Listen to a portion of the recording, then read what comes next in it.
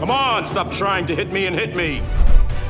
To quote Morpheus, "It's all around us, even now, in this very video." Well, with Resurrections just around the corner, of course the Matrix is everywhere, but the influence of the Matrix is everywhere too. It was one of the most seismic cinematic events in Hollywood history, and it's been so thoroughly absorbed into popular culture that it's easy to forget what a huge, weird gamble that first movie was.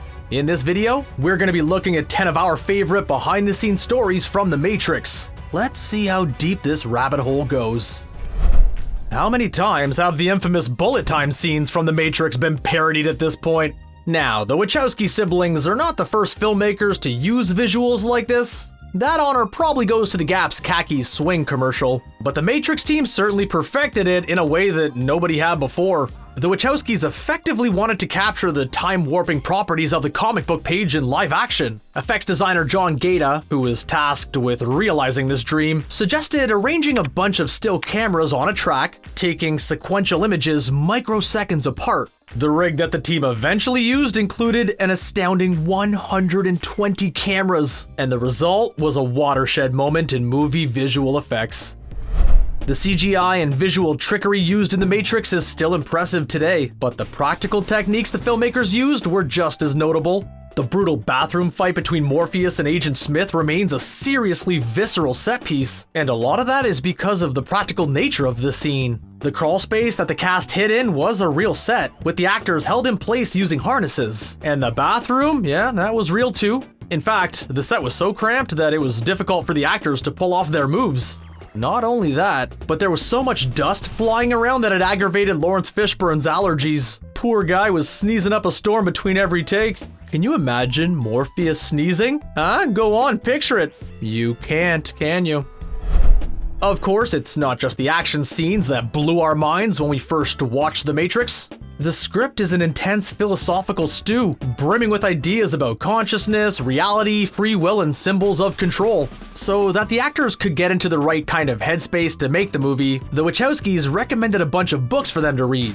The reading list featured some seriously heavyweight texts, including Simulacra and Simulation by sociologist Jean Baudrillard. You can actually see a copy of that book in Neo's apartment at the beginning of the movie. Sadly, when Baudrillard saw The Matrix, he reportedly wasn't very impressed.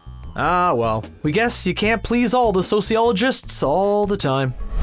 Perhaps unsurprisingly, considering the heavy concepts the Wachowskis were dealing with, not everybody was on board with the script the first time they read it. Warner Bros. Executives were supposedly pretty baffled by the early drafts of The Matrix, demanding that the Wachowskis insert more exposition so that the audience wouldn't be left behind. And Russell Crowe, who was originally considered for the role of Morpheus, found the script so confusing that he didn't even want to finish reading it. He claimed that he only got as far as page 42, which just seems kinda lazy to us. Not that we would ever say that to his face. If you're watching, Mr. Crowe, we apologize. However, there was one actor who says that it only took him one read to fully get on board with what the Wachowskis were selling. That actor? Lawrence Fishburne. Clearly, it was meant to be.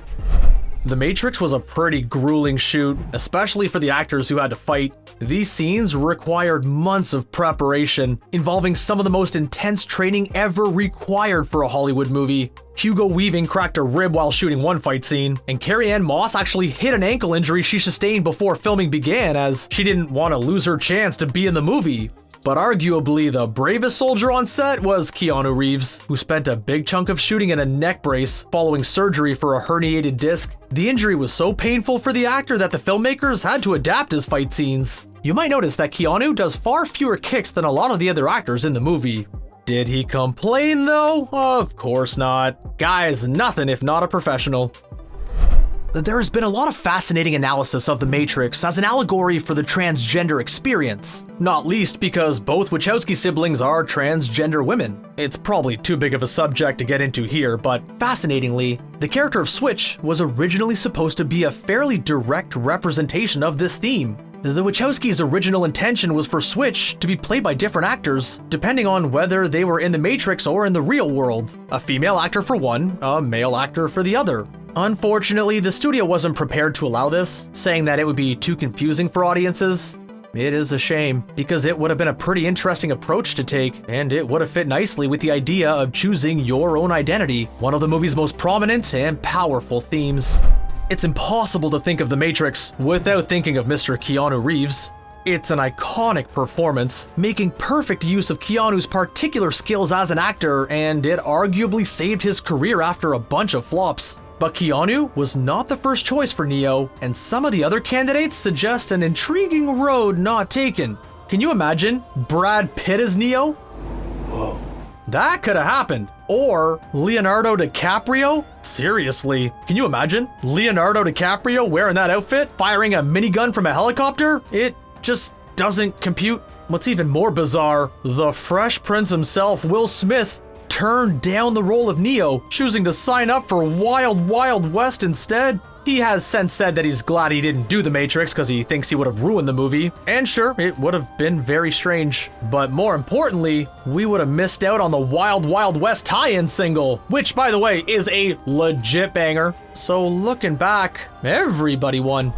Long black trench coats, skin-tight black PVC corsets, white suits, big boots. There are some pretty iconic looks going on in The Matrix. In fact, the movie's fashions were so influential that the Christian Dior team took heavy inspiration from them for their fall 1999 collection. One of our favorite costume touches in the movie is the sunglasses. Morpheus, Trinity, Neo, everybody's got a rad pair of shades. But did you know that every pair of sunglasses was custom made for the individual actor? This meant that they only had a few pairs each, so they had to be extremely careful not to break them. The actors' heads even had to be individually cast in plaster so that their sunglasses would fit properly. And no, Lawrence Fishburne's shades were not glued on, they just pinched onto his nose.